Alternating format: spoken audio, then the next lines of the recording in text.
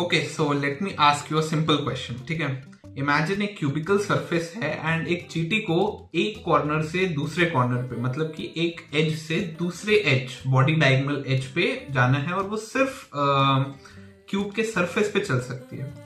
So minimum distance कितना होगा यहां से यहां तक ट्रैवल करने के लिए? सो ये क्वेश्चन मेरे एक प्रोफेसर ने पूछा था। तुम लोग सोचो एंड कमेंट करो क्या आंसर होगा इसका। अगर उसको यहां से यहां तक जाना है तो लेट्स से वो कहीं यहाँ पहले उसने ये चल लिया ए और फिर ये बॉडी डायगोनल यहाँ पे चल लिया, सो दैट विल बी ए और यहां से यहां तक हो जाएगा √2a। So a plus √2a basically, which I gave the answer and obviously that was also the wrong answer। देखते हैं, बोर्ड पे चलते हैं कि एक्चुअल आंसर इसका क्या है। ओके, सो जो हमारा प्रॉब्लम है वो मैं जल्दी से बना देता हूँ बोर्ड पे। What our ant can do वो मैं जल्दी से बनाता हूँ। इन जनरल इसका सोल्यूशन क्या हो सकता है? हम लोग इस डिस्टेंस को x बोल देते हैं, ठीक है। तो इस लेफ्ट साइड के फेस को मैं नीचे बनाता हूं। अब ये a है, ये x है, तो ये वाला डिस्टेंस बाय पाइथागोरस थ्योरम क्या हो जाएगा? जल्दी से लिखते हैं।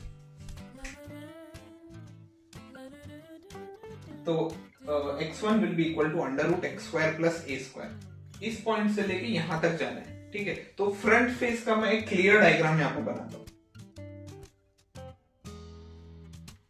ठीक है। तो ये डिस्टेंस a था, ये भी a हो जाएगा। ये टोटल a था, इससे x माइनस कर देंगे तो ये बचा हुआ डिस्टेंस a माइनस एक्स, ये भी a minus x. Once again Pythagoras theorem लगाएंगे तो देखते हैं क्या मिलता है।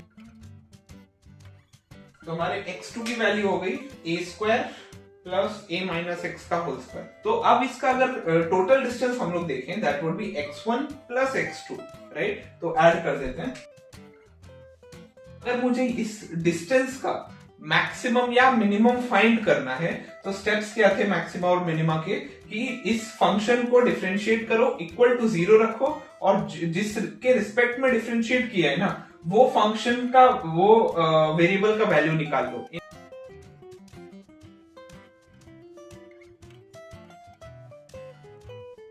तो x का वैल्यू a/2 आ गया। तो अब अपन क्या करेंगे, इस x की वैल्यू को वापस से टोटल डिस्टेंस में सब्स्टिट्यूट कर देंगे।